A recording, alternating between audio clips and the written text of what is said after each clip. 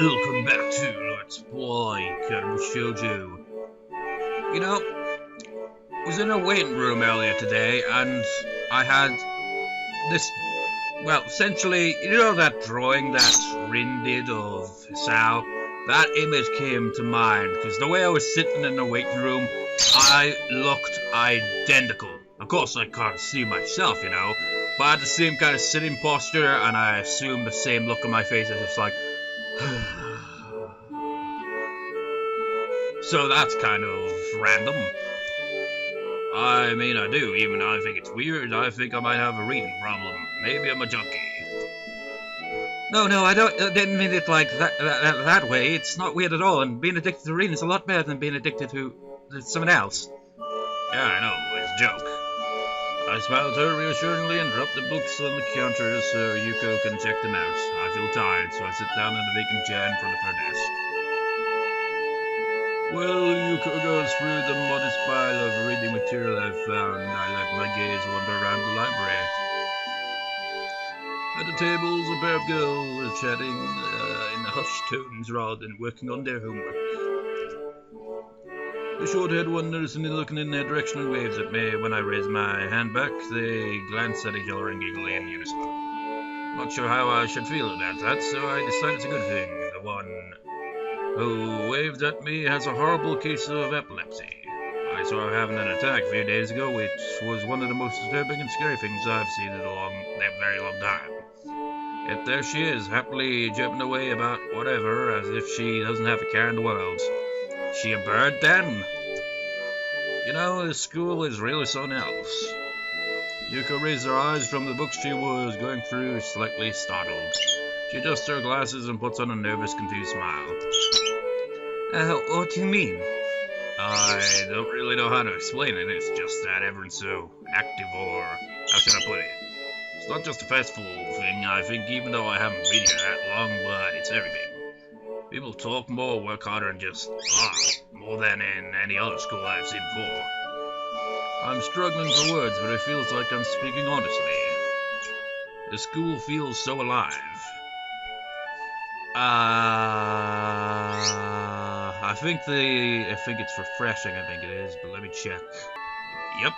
You know, it would have been funny if my net connection was playing up and I hadn't got the walkthrough up, but I tried to get up. It's just like, gotta keep hitting refresh! Sure, there were some people like this in my little school too, but not so many, and it feels more intense somehow. I think if I had to pin it down to one thing, that the students here really appreciate going to school. I don't think that's a bad thing. Yeah, me neither. Suddenly I realize that I've just been babbling my thoughts to Yuko, but out of the blue, she's a bit of a jumpy person, so I fear I might have made a bad impression. She's looking at me with what I hope is curiosity rather than horror, so I figure she's alright.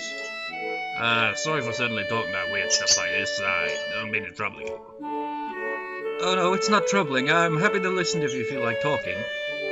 It makes me feel a little reliable, too. Yuko smiles sweetly, and a little bit ironically at that, I respond with a thankful smile back. As she pushes the neat stack of books across the counter, I stand up and gather them in my arms. Here you are. Thank you.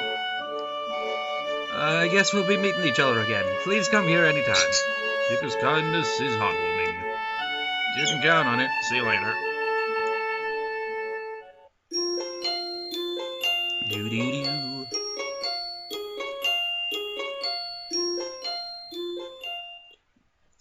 Refreshing. And I don't mean the internet or the choice, I mean the drink. The morning of the track meet greets me with a brilliant sunshine from a crystal blue sky. While I leisurely stroll towards the track, I decide it's a good sign of what I'm not sure. This event isn't as exciting for me as it seems to be for a large portion of the student body. I'm even less interested in watching sports than I am in participating, but cheering for them is a good cause. Well, I'm not expecting this to be any sort of amazing and spectacular experience, but it can hurt. I'd probably be spending the time reading while cooped up in my room otherwise. When I approach the bleachers, I spot Rin emerging from the crowd right before she spots me. You came. Of course I said I would, didn't I? That doesn't necessarily imply that you had to follow through. Lots of people say things that don't mean them. Well, I don't. Rin shrugs, seemingly bored of our conversation. She turns on her heel and heads back towards the stands. So, are you excited about this? Not really. Me neither. Then why did you come? Why did you? She doesn't reply at all, so I decide not to either. We enter the bleachers and Rin nods upwards. Up there. Rin leads the way, and soon we're settled down on an almost empty bench. There's an old woman sitting next to Rin, someone's mother, I assume. She's got real long hair down up in the braid. On seeing Rin, she gives her an oddly familiar seeming grin. So this scene probably plays out similar to how it did in Emmy's route, I imagine, but probably with more of a focus on Rin, obviously. Well, this is surprising. I thought you went to get a snack, not a boy. Huh? It's no good. The woman laughs at Rin and shakes her head, apparently unable to find a comeback for that. I know the feeling. Well, I suppose you've always been one to go out for one thing and bring back another. But I'm being rude, I haven't introduced myself. I'm Mako Ibarazaki. I'm sure that if you know this girl, you at least met my daughter too. Pleased to meet you. Well, that explains it. She's like a taller, older, more motherly Emmy. But from her hair being somewhat darker than her daughter's, there's really no mistaking resemblance. Sorry, I'm Isao Nakai. Nice to meet you. I'm Rin Tezuka. Miss Ibarazaki laughs again. She really does resemble her offspring, and then leans back a little on her seat and raises an eyebrow. So now that we all know each other, how long have you and Rin been dating? My response consists of silence as my brain suddenly lurches into gear, but just before I can begin to usher a hastily babbled explanation, Miss Miller bursts into laughter again. You're a blusher, aren't you? I don't know if there's any way to keep my dignity in this situation, so I send for a response. No, we're not. I know, but it's funny to watch you squirm. I'm sorry for giving old woman her amusements. She chuckles again to herself. Old woman? She sure doesn't look that old, eh? I suppose I can let it go. How kind of you. It's starting. The font has a similar color between them two. I direct my attention to the track where they're preparing for the first sprint. It looks like the 400-meter dash. My eyes scan the runners before finding Emmy. She's smiling with an almost cocky look on her face. The starter raises his pistol. Emmy explodes off the lock, disappearing from the starting line in a blur. It's amazing, even as the other sprinters converge on the lanes closest to the inside line. Emmy surges to the front of the pack. By the time she rounds the final turn, a few of the other runners have caught up with her.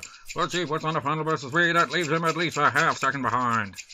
Miss Ibarazaki whoops the shirt and they'll throw up applauding wildly and Jerry looking like any other parent cheering on their child. Emmy bounds off the track, looking pleased with herself. I cheer right along with the rest of them. The announcer sounded suspiciously like. I knew that, but I didn't at the same time.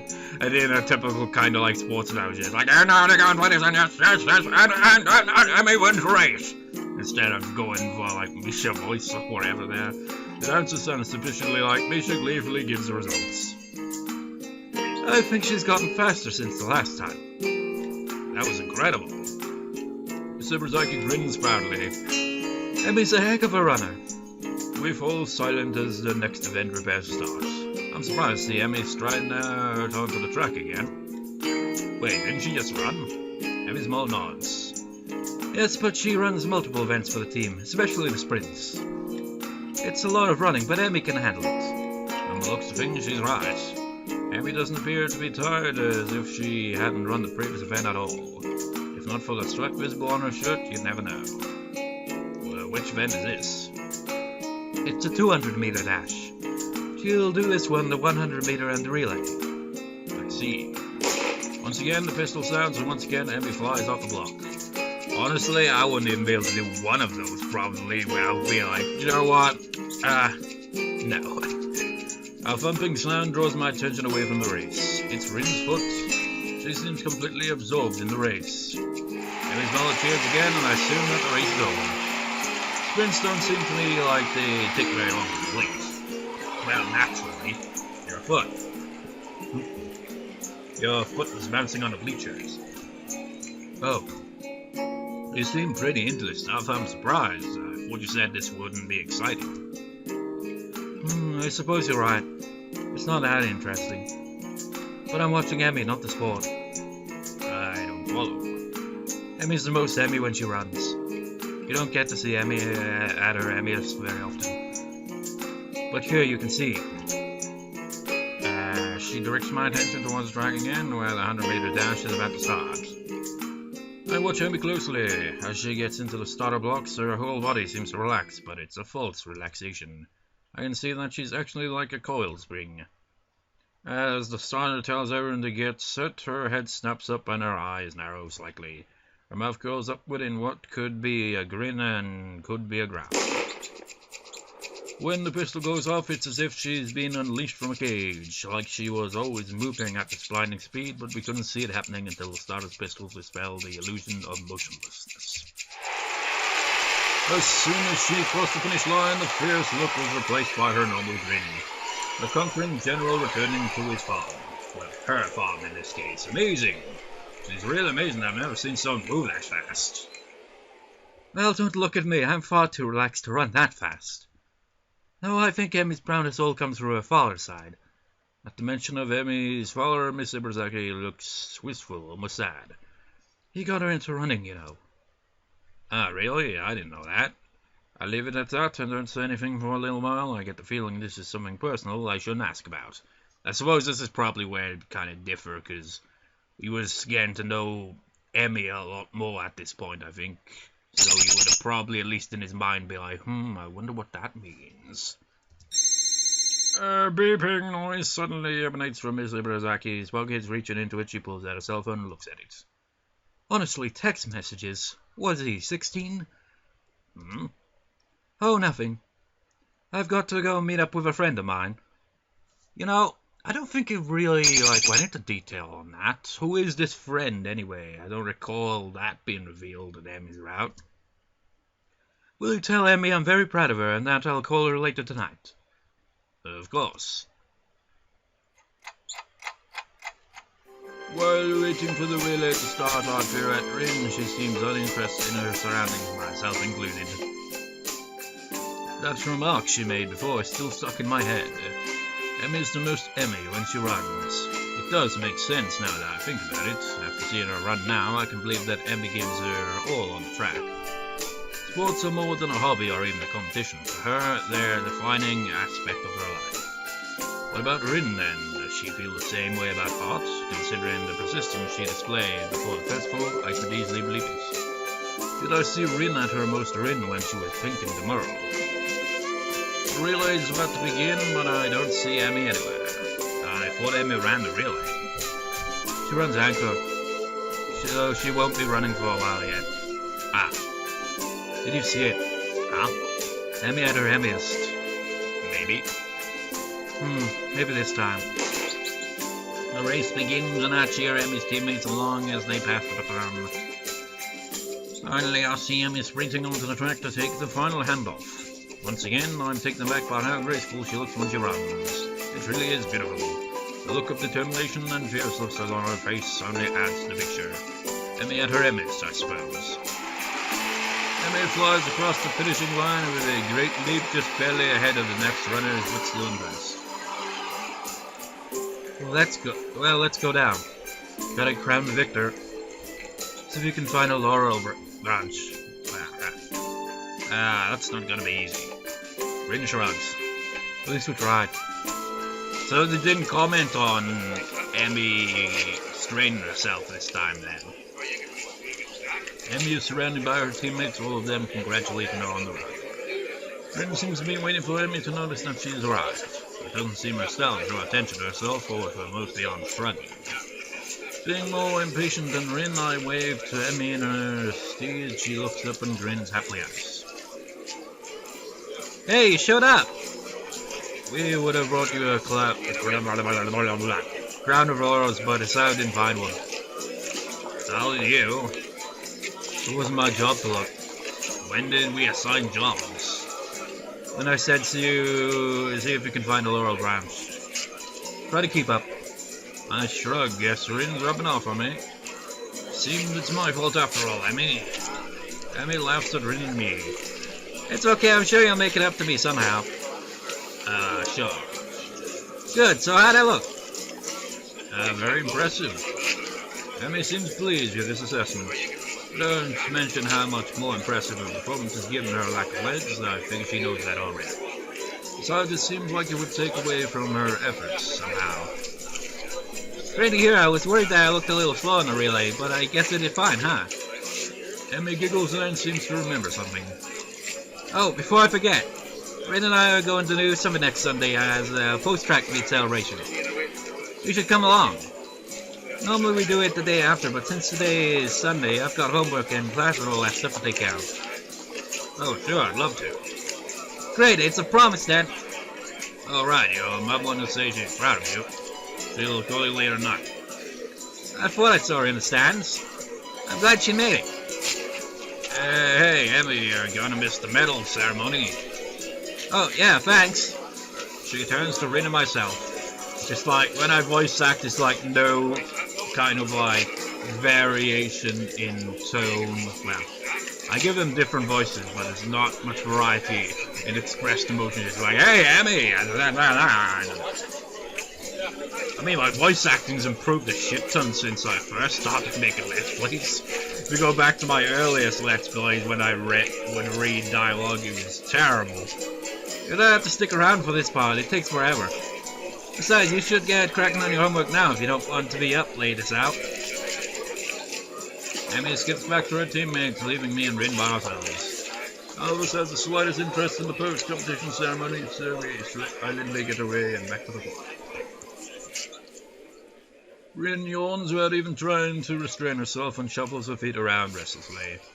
I feel awkward, but less so than if I was with someone else. Still, I'm left hanging, not knowing what I should say next. Emmy was great, wasn't she? She was great. I am very jealous of her. Why? Like I said, don't you think it's great to be able to really be yourself? Sounds weird coming from Rin. I don't think you of all people should have trouble finding a way to express yourself. Don't you have your paintings? She turns to look at me. For the first time I see in her eyes this strange hollow expression that I think must be unique to her. No, you see, the problem is I'm not really sure who I am.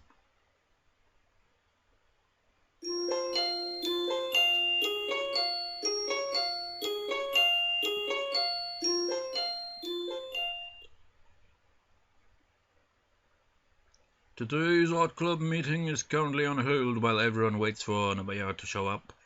I take this time to try and explain my theory about Yamaku to Rin. I've tried to figure out what exactly about the school feels so special to me, and that concept I unsuccessfully tried to explain to Yuko the other day. It's still difficult, but the track meet and the time I've spent observing my fellow students have helped my ideas mature a little. Have you noticed that people talk all the time? I can't really explain it, but once again, as I try to explain my observation, I am struggling for words. Oh, I know that feeling all too well. Student body is heavily clicked, and I'm only now beginning to make sense of the internet grouping and popularity networks, and yet the feeling of being a part of a group is stronger here than I remember it being in my old schools. I'm trying to say that school isn't like other schools, or at least the students aren't, even after discounting the obvious. Do you know what I mean? I don't know what you mean. Oh, well, whatever then. I want to pursue the issue, but at that point, Nomiya arrives. The teacher is wiping sweat from his forehead with a handkerchief and breathing rather heavily. He quickly glances over the room, then settles down a bit. Hello, apologies for being late. Is everyone present? Good. I must confess I haven't really planned anything for today, as I have been extremely busy lately. But I'm sure we can come up with something entertaining. Anyone have any suggestions? I was thinking we could have a discussion circle since we haven't had one in a while. I at least found the last one magnificently enjoyable. If you didn't find it enjoyable, who cares? I'm the teacher here. There are some murmurs here and there, but nobody raised their voices in support of or against Nomiya. We could delve into various movements of art, or does someone have a good topic in mind? Come on, throw it out there. It doesn't matter if it's silly art. We can always cook up something interesting. Nobody seems to be brave enough to make such a suggestion. As the awkward silence refuses to be broken, I lift my hand in the air. Oh-ho! Our newest friend seems to have something on his mind. Speak up, my boy, speak up! Well, I don't know about anyone else, but I've always wondered why art exists in the first place. My voice trails off as silence sits in the room and nobody makes a follow-up on my meek suggestion. Then the teacher bursts into laughter. Ho ho ho ho ho! Excellent! Very good indeed. Right out of the gate with a big one, huh? Fabulous! Chuckling, he shifts some papers around on his desk for a few moments. When he's done, he appears to have made some sort of decision. Very well then, let us run with this and see where it gets us, shall we? Oh my, even an old fogey like me gets excited when such delicious enthusiasm is present. Oh my, indeed. That face. That face! Let me gather my thoughts a moment so I can figure out a good starting point for everyone. For some reason, the teacher seems to be almost literally bursting with excitement. He scribbles a few things down on a loose sheet of paper, then cleans his glasses with the handkerchief. You know what he reminds me of? This one episode of a show called Goosebumps, with this kind of piano teacher that is just like obsessed with the piano in this one studio. It's like, your hands! I wonder if this guy has a similar thing with where he's just like, your feet! Magnificent art! Creating feet! He strikes a pose and freezes for an overly dramatic, artistic pause that spans what must be half a minute. Shall we wait 30 seconds? No. It's so quiet I could hear a pin drop. First, let's come up with a few questions that we want answered, such as, what is art and why does art exist? Anyone have any questions that might be related? The boy with sunglasses pipes up almost immediately. His voice is soft and quiet. I have a hard time making out what he says. What defines an artist? After him, another question comes up. If I fill a cardboard box with water and call it art, is it art? Everyone laughs at that, even the teacher. Great, wonderful, all of these. Let me start by saying that this is not a clear-cut issue by any means, and as such I'm not going to give any answers to you. I'm only going to speak from my own perspective. Scholars have argued about these sorts of questions since time immemorial, and there has never really been a broadly applicable consensus reached. There are, however, some qualities that most tend to generally agree upon. Hopefully, you all could find these acceptable as well. In short, art defines itself. It simply cannot be contained to a definition from the outside, since the boundaries of art expand and contract from forces within. Every day, someone somewhere comes up with something completely outrageous that challenges any and all preconceptions. The core reason for this is that, rather than the rational side of the mind, art appeals to the intuition, the instinct, the primal. You would find it very hard to explain why exactly it is that you enjoy some peculiar style or piece, you know. He doesn't wait for a response before continuing. This is exactly why. So art is this sort of wild, uncontrollable thing that lurks somewhere deep in our subconscious. Now, why does it exist? Nomiya apparently expects someone to pipe up with a guess, but as nobody dares to interrupt his inspired speech, he continues. It was a trick question, you see. Art also validates itself. Generally speaking, you might say that art exists for no other purpose than itself. It's something that exists merely to leave a mark in history. It's the defiance of a mortal against the face of darkness. As was once said, art is truly the proof of our existence. You all should know that human culture and civilizations are tightly tied to the existence of art. So when I mentioned a couple of parts back about art, where I was like, what could art mean? And one of them I gave as an example, I think it was the third one I gave as an example, was to leave something behind so that it'll be remembered. And I suppose that's where he's getting at with this one, yeah. And I mean, that's a point. I mean, usually, like, literature and art are usually the two things that kind of remain, like, through hundreds or even thousands of years of history. I'm not sure which one's actually older, really, because, like, I don't know, it goes back quite a ways. I think probably art is older than writing, I'd imagine. And what about artists? What drives a man to dedicate his life to a thing so fickle and mysterious that it even defies definition? There are as many answers for this as there are artists, but if I had to put it into words, an artist doesn't make art because he can, but because he must. The mayor takes a pause and his gaze sweeps over his audience, eyes flaring with passion. It is obvious that art touches the very soul of each and every human being in one way or another. So, if you were given a chance to connect with your fellow man in such a fundamental way, how could you not? There's a poem I'm very much fond of, and I shall recite the most well-known part of it to you all now. I feel that for me personally, of all possible things, it captures best the essence of what it means to be an artist. The mayor leans against the desk as he clears his throat in preparation. You know, if poems count as an art form as well, then I suppose art really would be the oldest one of the two, because even when, like, writing came into it all, there's still art there, isn't there? But before that, it's just like, it's make paintings on cave walls and stuff, and monuments that may be for ritualistic purposes, or could just be a fancy kind of artwork. You know, that's a point right there, isn't it? It's like, nowadays, people build huge skyscrapers. Why? Because. Just because. It's just like with the whole climb the mountain thing. Because it's there, but except because we can. We can build this thing, and we want to make the biggest thing we can possibly make. What if in ancient times before history was written, people were like, you know what, let's make something really big and mysterious so that it'll still be around thousands of years from now, and people back in the future will be like, what does it mean? It must have some significance. And it turns out it was just one kind of big art project of a city of people or some shit. I don't know. That'd be a twist. Looking at some distant place, he utters the words in the heavy afternoon air with his soft basso voice. I don't think I've been giving him the right voice then, but I don't care. To see a world in a grain of sand, and a heaven in a wildflower. Hold infinity in the palm of your hand, and eternity in an hour. There is a solemn and unbelievably awkward silence after he finishes reciting the short fragment. Nobody dares speak a word. Mayor clears his throat again. To be an artist is to see the world in a grain of sand. You see, dear children, without art there would not be much to live for in this world. It is a most profound thing. He's clearly touched by this notion. I almost expect to see a lone tear rolling down his rough cheek, but it never comes. I turned to Rin and whispered her, so, how is this discussion circle? She shrugs nonchalantly back at me. Previous ones were the same.